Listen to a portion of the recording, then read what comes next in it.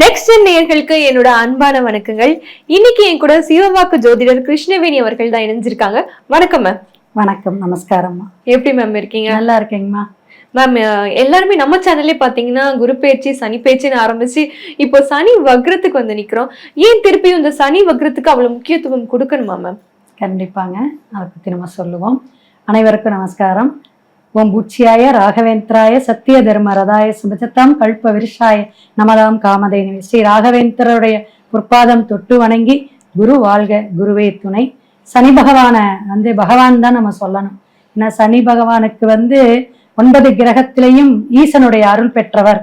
அதனால அவருடைய பகவான்கிற மரியாதைக்கு நிமித்தமா சொன்னாலும் அவரை நம்மளை பிடிச்சுக்க மாட்டார். அது ரொம்ப நம்ம கவனத்துல எடுத்துக்கணும். மற்ற கிரகங்களை கூட ராகு கேது அப்படின்னு ஒருமித்து சொல்லலாம், சனி பகவானை மட்டும் அப்படி சொல்லக்கூடாது. அதே போல குழந்தைகள் எல்லாம் நம்ம திட்டுறோம்னு வச்சுங்களேன், அந்த சனிங்கிற வார்த்தையை சொல்லி திட்டக்கூடாதுன்னு பெரியவங்க எல்லாம் சொல்லி வச்சிருக்காங்க. இப்ப சனி பகவான் பாத்தீங்கன்னா மீனத்துல காலசக்கரத்துக்கு 12ஆம் பாவகத்துல 2.5 ஆண்டுகள் பயணிக்கக்கூடிய அமைப்புல ஒரு 12ஆம் பாகம்ங்கிறது விரயஸ்தானத்துல பயணிச்சிட்டு இருக்கார். உத்திரட்டாதி நட்சத்திரத்துல ரிவர்ஸ்ல இப்ப வரப்போறார். இந்த ரிவர்ஸ் அப்படிங்கிறது தான் வக்கரகதி அப்படிங்கிற ஒரு அமைப்பு. அது கிட்டத்தட்ட 138 நாட்கள். அப்ப மீனத்துடைய பலாபலனையும் கும்பத்துடைய பலாபலனையும் பக்கத்துல ரிவர்ஸ்ல போய் அங்கேயும் அதுல சில விஷயங்களை எடுத்துட்டு 2 பாவகத்துடைய தன்மை பலாபலனை சொல்லக்கூடிய அமைப்புல எல்லா ராசிக்காரர்களுக்கும் சில மாற்றங்களை கண்டிப்பாக கொடுக்கும். இப்ப பாத்தீங்கன்னா ஜூலை 27ஆம் தேதி ஆரம்பிக்கக்கூடிய சனி வக்கரம் பின்னோக்கி நகரக்கூடிய அமைப்புன்னு அர்த்தம். பின்னோக்கி நகரும் பொழுது அதோட பலாபலன்கள் 2 ராசிக்கும் சேர்ந்து பேசக்கூடிய விஷயங்கள். டிசம்பர் 11ஆம் தேதி வரையிலுமே இந்த வக்கரகதி இருக்கு. அப்ப வக்கர நிவர்த்தி டிசம்பர் 11ஆம் தேதி தான் நமக்கு பலாபலனை முடிப்பார். இப்ப 2.5 ஆண்டுகள் பயணிக்கக்கூடிய விஷயத்துல 4 மாதம் தொடர்ந்து இப்படி பயணிக்கக்கூடிய இந்த சனி வக்கரகதியில என்னன்னா பல விஷயங்களை பின்னோக்கி நகர்தல்னு சொன்னோமா வக்கரத்துக்கு, அந்த நிவர்த்தியை கொடுக்கக்கூடிய விஷயத்துல ஒவ்வொருத்தருக்கும் ஒவ்வொரு 7.5 சனி இருக்கு, அஷ்டமத்தி சனி இருக்கு, அர்த்தாஷ்டம சனி, இந்த சனி பகவானுடைய தாக்கம் எல்லாம் குறையும். இதுதான் விசேஷங்க. கண்டிப்பா மேம். ஒரு வாசகம் உண்டு, slow and steady wins the race.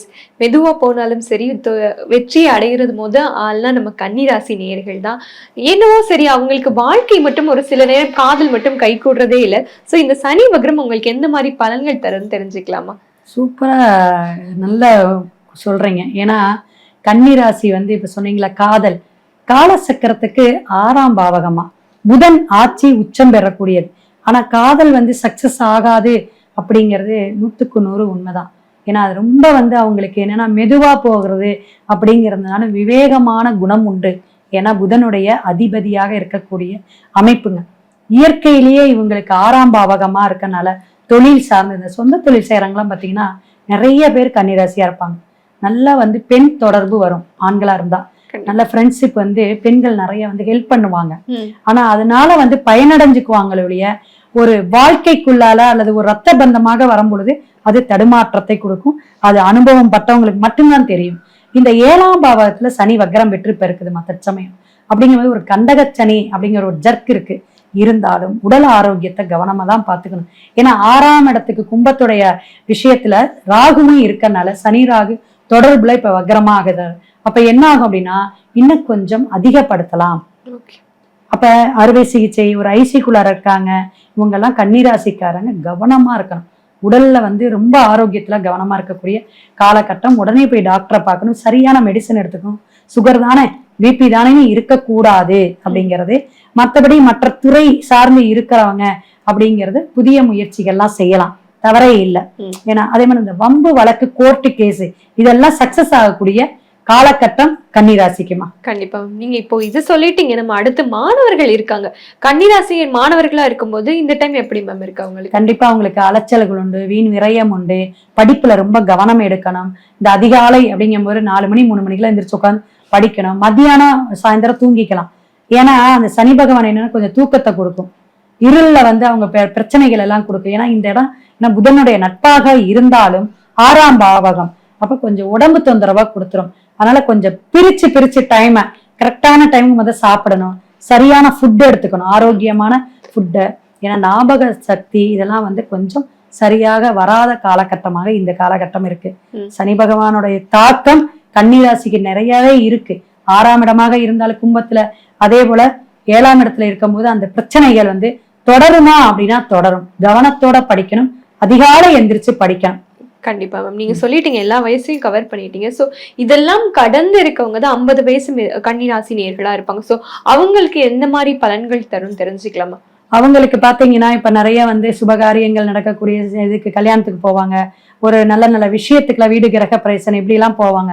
அவங்க எல்லாம் போகும்போது உறவுகளுக்காக ஏங்குவாங்கம்மா. சரியா பேசலையே ஏதாவது, அல்லது வந்து ஏதாவது பகையா இருந்திருக்கும், நிறைய சண்டை வாக்கியா தகராறுலாம் சொல்றோம்ல, அது மாதிரி இடத்தகராறு, பொருள் தகராறு, ஒரு சபையில வச்சு என்னை அவமானப்படுத்திட்டான், நம்ம 3 வருஷமா பேசல, 6 வருஷமா பேசலைம்பாங்க. அவங்க எல்லாம் இப்ப ஒற்றுமையா சேரக்கூடிய காலகட்டம். அதே உறவுகளிடையே ஏதாவது ஒரு ஃபங்க்ஷன்ல அப்படியே ஜாயிண்ட் ஆயிடுவாங்க. சரிப்பா மன்னிச்சுட்டேன், வாப்பா சித்தப்பா வாப்பா பெரியப்பா வாப்பான்னு அந்த உறவுகளை வந்து நேசிக்கக்கூடிய அன்புல அந்த பகை உணர்ச்சி தீரும். கண்டிப்பா அவங்களுக்கு அதனால பெரியவங்களுக்கு எல்லாம் ஒரு சந்தோஷம் இருக்கும், ஒரு பிளெஸிங் வாங்குவாங்க. கண்டிப்பா மீன் இதை பாக்குற நேர்களுக்கும் சந்தோஷமா இருந்திருக்கும்னு நினைக்கிறேன். நீங்க சொன்ன வார்த்தை கேட்கும்போது எனக்கே எப்படி இருக்கும் போது.